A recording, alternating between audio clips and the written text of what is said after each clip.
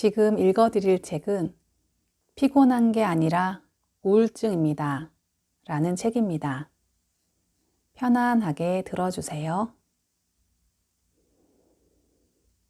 무천도사는 책상에서 일어나 오른쪽에 놓인 화이트보드로 다가갔다.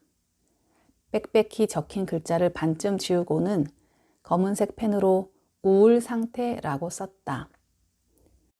우울 상태로 정신과를 찾는 환자는 질병인 경우와 그렇지 않은 경우로 나눌 수 있어요. 무천도사가 강의를 시작했고 나는 몸을 앞으로 당겨 집중하며 들었다. 학교 수업과 달리 이건 나 자신과 직결된 문제니까 배우고자 하는 의욕이 생겼다. 하지만 쉽게 이해되지 않았다. 질병이 아닌 우울 상태는 어떤 상태죠? 쉽게 말해 그냥 기분이 가라앉은 거예요. 아주 심각해서 큰 병원에 갈 정도가 아니라는 전제하에 우울 상태에 해당하는 질병은 6종류로 구분할 수 있어요. 그러고는 화이트보드에 6가지 질병을 써내려갔다.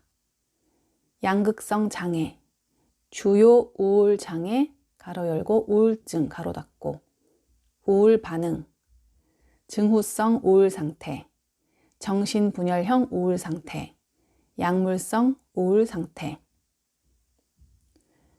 어렵고 심각해 보이는 병명을 보니 압박감이 느껴졌다. 이 가운데 실제로 항우울제가 듣는 병은 딱 하나, 주요 우울장애, 우울증밖에 없어요.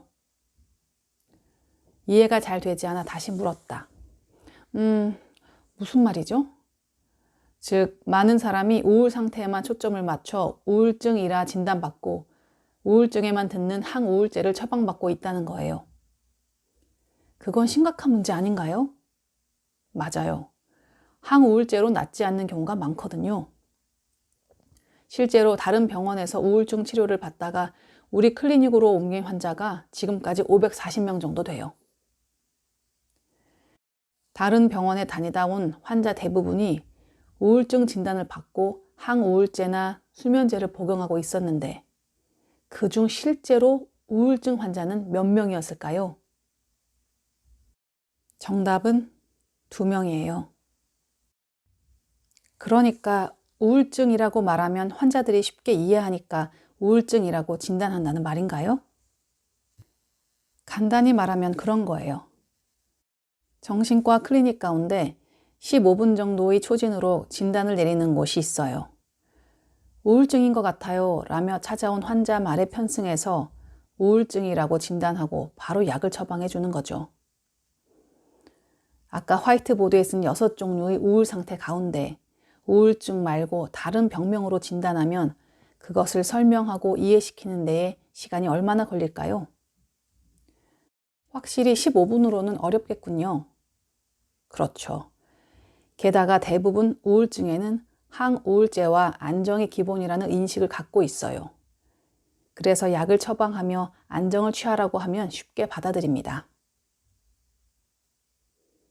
A씨 이야기. 한 대형 제조회사에서 기술직으로 일하는 50대 여성 A씨. 그녀는 40대에 처음으로 정신과를 찾았다. 가벼운 우울증으로 진단받고 그 후로 계속 약을 먹었다. 무천도사는 가벼운 우울증이 어디 있어요? 가벼운 인플루엔자가 있나요? 인플루엔자는 인플루엔자고 우울증은 우울증이에요. 라며 비판했겠지만 아무튼 A씨는 그렇게 10년 가까이 치료를 받았으나 전혀 나아질 기미가 보이지 않았다. 그러던 중 사내 보건의의 소개로 무천도사의 클리닉을 찾았다. 무천도사는 어떤 진단을 내리든 본인 상담과 문진뿐 아니라 가족과 직장 동료까지 세 방향에서 이야기를 들어봐야 한다라고 말했다. 그래서 A씨 본인과 남편은 물론 직장 동료 몇 명에게도 상당한 분량의 문진표를 사전에 작성하도록 부탁했다. 그리고 본인에게는 매일 기상, 취침 시간부터 시작해 언제 무엇을 얼마나 먹었는지와 수분 섭취량, 스마트폰과 컴퓨터 사용 시간, 배변, 배뇨 상황까지 초진을 받으러 오기 전 2주 동안의 활동 내용을 모두 기록한 생활기록표를 제출하게 했다. 드디어 찾아온 초진날, 오후 1시부터 3시간 반에 걸쳐 A씨는 무천도사와 이야기를 나눴다. 이 자리에는 A씨의 남편도 함께했다. 무천도사는 유아기부터 아동기의 발달 과정, 부모님과 가족의 양력, 사는 곳, 학교 생활, 이사와 이직 이력 및 그 이유, 일상 속 감정 변화와 사건 이야기 등을 대화 속에서 자연스럽게 끌어냈다. 정신질환에는 유전적 영향을 받는 병도 있다고 한다. 따라서 부모와 가족의 병력은 제일 먼저 확인해야 하는 중요한 단서인데 그것조차 묻지 않는 클리닉이 많다며 무천도사는 분노했다. 시간을 들여 다각도에서 진찰한 결과 A씨의 상태는 경조증, 조증의 증상이 경미한 상태로 보였다. 경조증인 사람은 평소보다 말이 많아지거나 잠도 거의 자지 않으며 휴일에 출근하거나 자격증을 따려고 학원에 다니는 등 활동적인 시기가 있다. 이 기간에는 기분이 상쾌하고 다 잘 될 것 같은 느낌이 들고 차분히 있지 못한다고 한다. 또 남편의 이야기를 통해 A씨가 사소한 일로 짜증을 내고 화를 낼 때가 있다는 사실도 알았다. 이런 많은 정황을 근거로 무천도사는 A씨가 우울증이 아닌 제2형 양극성 장애라고 진단했다. 제2형 양극성 장애는 조증의 정도가 가벼워 알아차리지 못하고 우울증으로 진단되는 경우가 많다. 10년간 먹던 항우울제를 끊는 일은 쉽지 않았지만 무천도사와 함께 치료 프로그램을 계속한 결과 A씨는 멋지게 복직에 성공할 수 있었다. 양극성 장애에는 1형과 2형이 있다. 1형은 조증과 우울증 상태가 두드러지지만 2형은 조증 상태가 오랜 시간 천천히 진행되기 때문에 알아차리기 어렵다는 특징이 있다. 고속도로로 예를 들자면 표지판이 없으면 눈치채지 못할 만큼 완벽한 오르막길이다. 별 생각 없이 수킬로미터를 주행했는데 문득 뒤돌아보니 꽤 높이 올라와 있는 그런 느낌이다. 1형이든 2형이든 양극성 장애는 우울증처럼 원인을 알기 어려운 마음의 병이 아니라 뇌신경계의 균형이 무너지면서 발병한다. 뇌신경계는 중추신경계와 말초신경계로 나뉜다.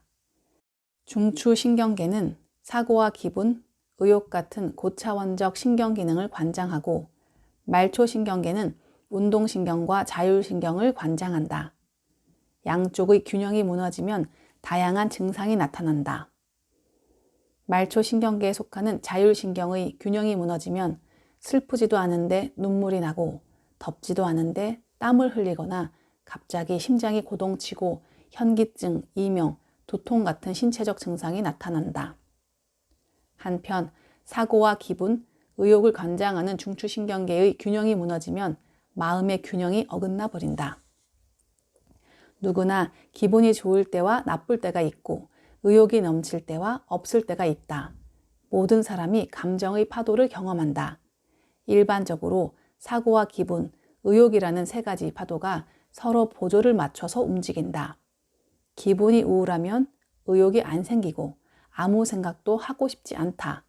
반대로 기분이 좋으면 의욕이 넘치고 이런저런 생각을 하게 된다. 하지만 중추신경계의 균형이 무너지면 사고와 기분, 의욕의 파도가 따로 움직이기 시작한다. 의욕은 있는데 기분이 좋지 않아 움직일 수 없다. 그래서 초조하다. 기분은 좋은데 뭔가 하고 싶은 의욕이 생기지 않는다. 그래서 짜증이 난다. 1. 파형이 어긋나 있어서 보조가 맞지 않고 기분과 의욕의 차이가 생긴다. 기분이 좋아도 의욕이 생기지 않는 상태다. 2. 의욕이 뒤쫓아오면서 기분과 의욕이 일치하여 플러스가 되는 경조증 상태가 된다. 3.